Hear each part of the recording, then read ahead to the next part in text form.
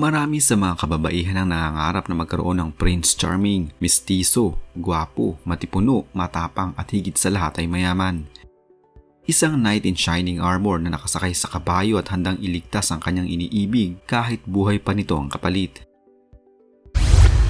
Marami din sa mga kababaihan ang nangangarap na makakilala ng prinsipe na mag-aahon sa kanila sa kahirapan at magpaparanas ng buhay ng isang prinsesa sa loob ng palasyo na mala Cinderella.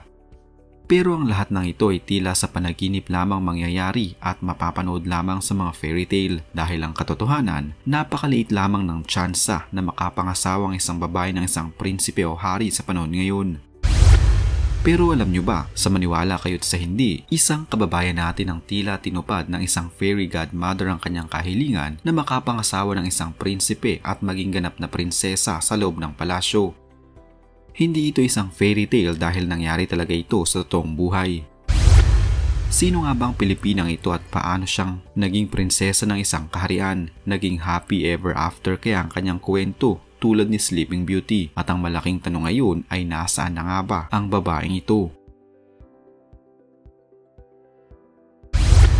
Isa ang bansang Brunei sa mga pinakamayamang bansa sa buong mundo. Malaking bahagi ng paglago ng ekonomiya ng bansang ito ay nakadepende sa kanilang reserba ng petroleum at natural gas. Ang langis at gas ang nakapagbibigay ng malaking bahagi sa GDP ng bansang ito upang maging isa sa mga pinakamayamang bansa hindi na lamang sa Asia kundi sa buong mundo. O dito, ang ibang bahagi ng kanilang kita ay mula naman sa kanilang manufactured goods na karamihan ay pagkain. Upang mas mapalawak pa ang kanilang mga pinagkukunan, hindi na lamang sila dumidepende sa kanilang gas at langis kundi pinalawak din nila ang kanilang ekonomiya sa pamamagitan ng pagpapaunlad ng sektor ng agrikultura, fisheries, tourism at financial service. Kaya naman ang royal family ng Brunei isa sa pinakamayamang pamilyang may dugong bughaw sa buong mundo. Taong 1995 nang maimbitahan si Ayen na umawit sa isang plush club sa bansang Brunei, ang kanyang talento at kagandahan ay umakit ng maraming mga tagahanga at marami ang nagkagusto sa kanya. Ang hindi alam ni Ayen na isa sa mga manonood noon habang siya ay nagtatanghal ay ang prinsipeng si Jeffrey Bolkiah na isa din sa napahanga ni Ayen. Dahil sa labis na paghanga, tila na love at first sight ang prinsipe sa dalaga. Ang mga pagkakataong iyon na nangyari taong 1995 ang tila naging pundasyon ni Ayen upang opisyal siyang kilalaning prinsesa sa hinaharap. Si Jeffrey Bolkiah ay nakababatang kapatid ng Sultan ng Brunei. Meron lang naman itong yaman na nagkakahalaga ng $1.5 billion o halos 75 billion pesos. Ayon kay Ayen, ipinadama umano ng prinsipe na may pagkasimpatiko na siya lamang ang nag-iisang babae sa mundo. Niligawan siya nito ng 1 taon bago pa niya ibinigay ang kanyang matamis na oo sa prinsipe. Noong una ay medyo alangan pa umano si Ayen dahil sa Kristiyano siya at kailangan pa niyang mag-convert sa Muslim. Subalit naging bukas naman dito ang kaisipan ng prinsipe at sinabing ang pag-convert nito sa Muslim ay pormalidad lamang at maaari pa namang ipagpatuloy ang kanyang mga gawain sa kanyang relihiyon ng palihim. Bilang isang ganap na prinsesa, maraming mga pagbabago sa buhay ni Ayen ang hindi nito napaghandaan. Kagaya na lamang ng pagsusuot nito ng madalas ng isang klase ng headdress para sa mga prinsesa na tinatawag na tudong.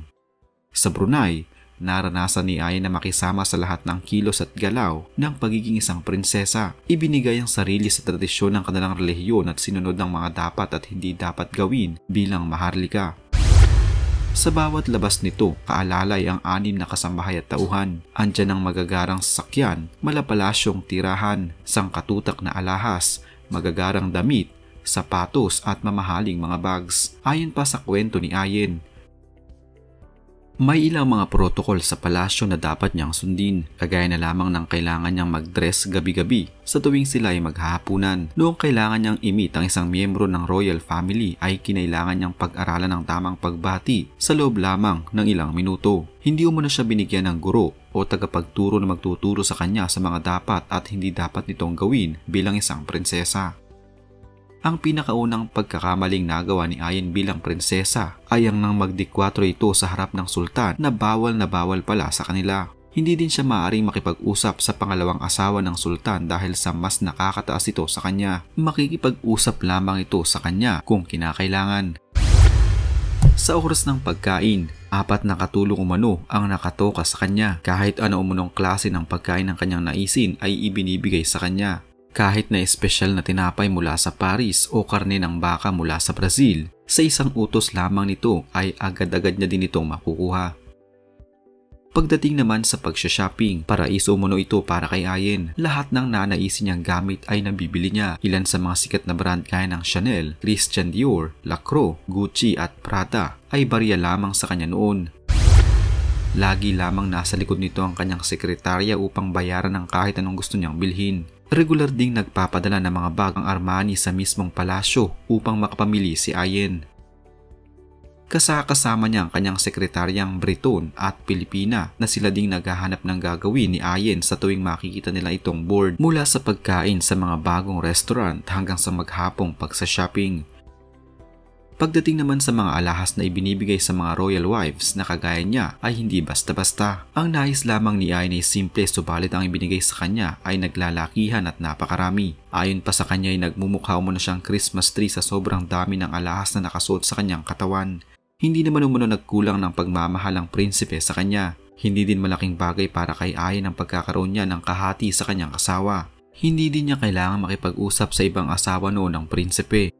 Subalit dahil sa likas kay Ayen ang pagiging artista at dala ng kanyang pagkainip, humanap siya ng paraan upang kahit paano'y makalaya siya sa araw-araw niyang buhay sa palasyo. Nag-produce siya ng ilang mga full-length musical and dramatic production sa Brunei at Maynila na siyang nagbibigay ng labis na kasiyahan sa kanya. Subalit tila nagbagong lahat ng isilang nito ang kanilang anak ng prinsipe na si Hassan. Sa pagdating ng kanilang anak na si Hassan sa kanilang buhay, nagkaroon ng postpartum depression si Ayen at kinailangan niya ang kanyang asawa upang kahit paano'y damayan siya. Subalit hindi nito naaasahan ng prinsipe. Sa mga panahong iyon, nakaramdam ng labis na kalungkutan si Ayen at pagsiselos. Sa hindi inaasahang pagkakataon, noong panahong iyon ay nagkaroon ng malaking suliranin ng kanyang asawa na kung mapapabayaan ay maaaring makaapekto ito sa buong royal family dahil sa labis na kahirapan. Nagkaroon pa ng pagkakataon na halos hindi na niya nakikita ang kanyang asawa dahil sa sobrang kabisihan, hanggang sa madiskubre ni Ayen na may ibang babae pang kinakatagpo noon ng kanyang asawa.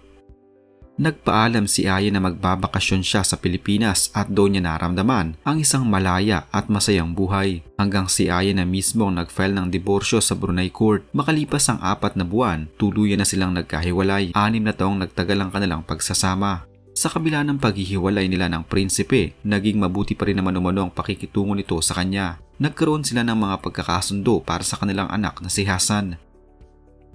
Si Hassan ay may dugong bughaw at hindi yun maiaalis sa kanyang pagkatao. Subalit hindi siya matutulad sa kanyang mga pinsan mula sa royal family na bantay sarado at maraming mga bagay ang pinagbabawal sa kanilang gawin.